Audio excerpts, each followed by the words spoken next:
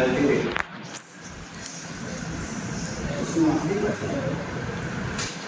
সবাই কোনো মোবাইল থেকে দূরে থাকতে স্যার আসলে আগে মোবাইলটাই হাতে নিল, আগে মোবাইল নিল, তারপরে আমাদের কিছু করবে।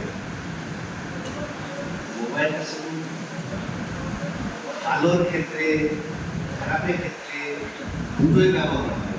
আমরা যদি তাকে ভালো হিসেবে কাজ করি, কাজে লাগাই, খুবই ভালো। সেটা খারাপের দিকে কাজে লাগালে এর থেকে খারাপ আর হবেই না। বিভিন্ন উদাহরণ দিয়েছে একটু আগে মুক্তার বললেন না, মেয়েদের জন্মটাকে এখন মানুষ ভালো নজরে দেখছে না, গার্জেনরা।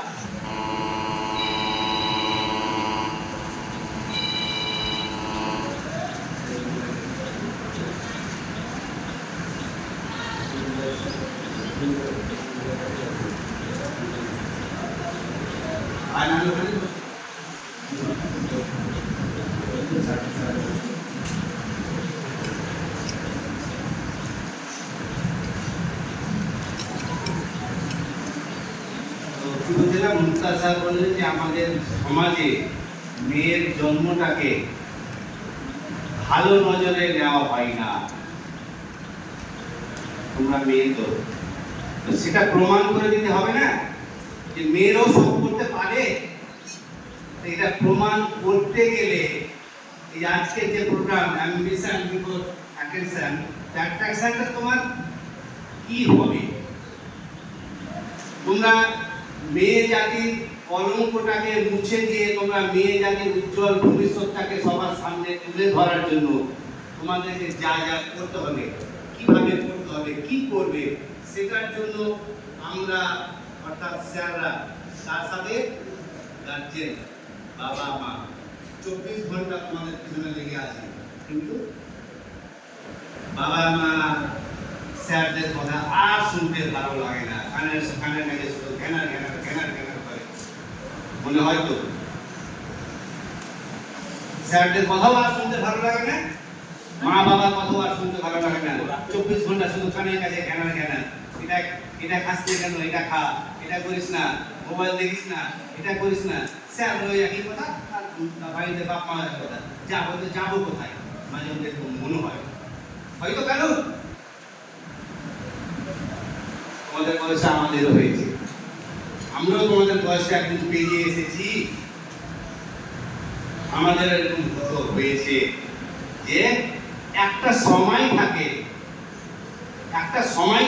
একটা বয়স থাকে, যে বয়সটাতে বাবা মার কথা শুনতে ভালো লাগে না, স্যার ম্যামদের কথা শুনতে ভালো লাগে না।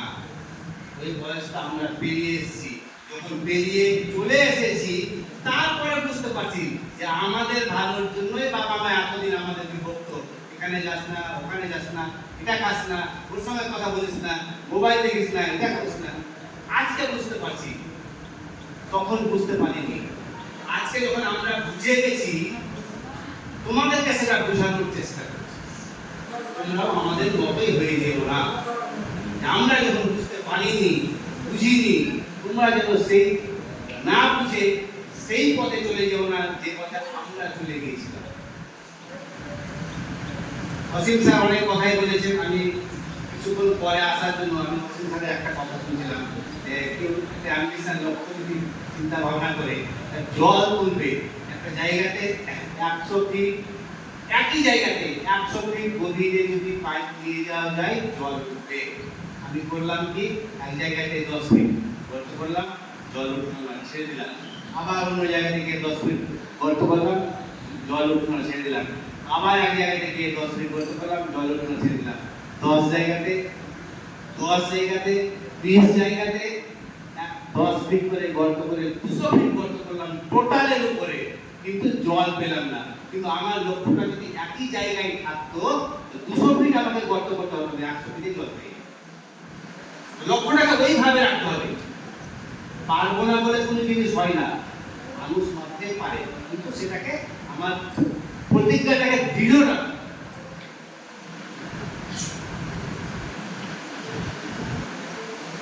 মা বাবাকে বাবাকে ভালোবাসা, স্যারদেরকে ভালোবাসা, প্রত্যাশা করছেন মা বাবাকে ভালোবাসতে হবে, স্যারদেরকে ভালোবাসতে হবে। কেমন করে ভালোবাসা প্রমাণ করা যায়? দেখানো যায় না, ভাষায় সম্পূর্ণ প্রকাশ করা যায় যে স্যার আমি আপনাকে খুবই ভালোবাসি, আপনাকে খুবই শ্রদ্ধা করি, আপনাকে খুবই অনুসরণ করি। এটা ভাষায় প্রকাশ করা যায় না, দেখানো যায় না। স্যারদের কথা মতো যদি তুমি চলো, হ্যাঁ, তাহলে তোমাকে সেটা প্রকাশ করার দরকার নেই। স্যার অটোমেটিক বুঝতে পারবে যে আমি এই মেয়েটাকে এই কথাগুলো বলেছিলাম, সেই কথা থেকে সে আমল দিচ্ছে, কাজে লাগাচ্ছে। বাবা মা এবং স্যার এই দুটো পৃথিবীতে, এই দুটো জিনিস, দুটো বস্তু বলো, হ্যাঁ, জড় পদার্থ বলো, আর কিছু বলো, যাই বলো, এই দুটো লোক, একটা হচ্ছে স্যার, একটা হচ্ছে গার্জিয়ান। গার্জিয়ান বলতে বাবা মা, আর একটা হচ্ছে স্যার বা ম্যাম। পৃথিবীতে এই দুটোর মতো নিঃস্বার্থ ভালোবাসা পৃথিবীতে কোথাও খুঁজে পাবে না, কখনোই পাবে না। এই দুটো ভালোবাসা একেবারে 100% নিঃস্বার্থ। বাবা মা তোমাদেরকে ভালোবাসে, তোমাদের ভালো চায়, তার মধ্যে কি কোনো উদ্দেশ্য থাকে? কোনো উদ্দেশ্য থাকে না। আমার ছেলে মেয়েরা বড় হয়ে মানুষ বড়, হ্যাঁ, আমি গর্বিত হবো। বাবা মা নিজের নামটা বলতে পারবে যে আমি অমুকের মেয়ে। এতদিন তো তোমরা আছো কি অমুকের মেয়ে। বাবা মা চাইছে না আমি অমুকের বাবা, আমি এটা আমাকে বলি। আমার ছেলে বা আমার মেয়ে ডাক্তার বা ইঞ্জিনিয়ার বা প্রফেসর বা কলেজের বা ডিএম বা এসপি হয়ে এসে সে তখন বলবে যে অমুক এসপির বাবা এটা, মা এটা, গার্জেনরা এটা চায়, অন্য কিছু চাই না। স্যাররা কি চাইবে? আমাদের ছেলে মেয়েরা বড় হয়ে মানুষ হোক, বড় ডাক্তার হোক, ইঞ্জিনিয়ার হোক, আর কিছু হোক, বড় অফিসার হোক, আমরা সবচেয়ে খুশি হবো। আমরা গার্জেনের মতো বাবা মায়ের আমরা খুশি হবো আমাদের ছেলে মেয়েরা আমাদের কাছ থেকে দু চারটা কথা ভালো বলেছিলাম, কিছু শিক্ষা দিয়েছিলাম, সে নিজের পায়ে দাঁড়িয়েছে, নিজের অ্যাম্বিশনটাকে ঠিক রেখে নিজের পরিশ্রম করে জায়গায় গিয়েছে। আমাদের কি প্রাপ্য? আমাদের কোনো কিছু প্রাপ্য নেই। হ্যাঁ, এটা হতে পারে তুমি ডাক্তার হয়ে গেছো, তোমার চেম্বারে গেছি, আমি রুগী সেজে সবার আগে আমাকে দেখে দেবে, হয়তো পিসটা নেই স্যার, এইটুকুই আমাদের প্রাপ্য। আমরা এইটুকু চাই, অন্য কিছু চাই না। কোথাও দেখা হলে একটু মান সম্মানের কথা বলবে, এটুকুই আমরা চাই। স্যার কেমন আছেন, সালাম দিলেন, স্যার কেমন আছেন, ভালো আছেন। তোমাকেও আমরা জিজ্ঞেস করবো, তোমাদেরকেও জিজ্ঞেস করবো তোমরা কেমন আছো, এইটুকুই চাই, অন্য কিছু চাই না। পৃথিবীতে যদি নিঃস্বার্থ ভালোবাসা হয় তাহলে দুটো জিনিস, দুটো ব্যক্তি, একটা হচ্ছে স্যার, স্কুলের স্যার বা ম্যাম, আর দ্বিতীয় হচ্ছে বাবা মা। এরা নিঃস্বার্থভাবে তোমাদের ভালোবেসে তোমাদেরকে উপদেশ দিয়ে উপরে যাওয়ার চেষ্টা করে। তুমি হয়তো আমরা মনে করি যেহেতু বয়সটাই এখন এমনই, এমন একটা বয়সে তোমরা উপস্থাপন করেছো, এমন একটা বয়সের মধ্যে এসে পড়ে গেছো যে বাবা মা, আমি আগেই বললাম, বাবা মা স্যারদের কথা শুনতে ভালো লাগবে না, মনে হবে সব হ্যানের করে হ্যানের করে। আর একটু আগে স্যাররা বলছেন কি বাড়ি গিয়ে তোমাদের সঙ্গেই পড়ে নাকি বাড়িতে গিয়ে ড্রেসটা খুলে এসে সোফাতে বসে আগে মোবাইলটা কোথায় আছে, মোবাইলটা হাতে ততক্ষণ থেকে ধরিয়ে আছে মোবাইল দেখার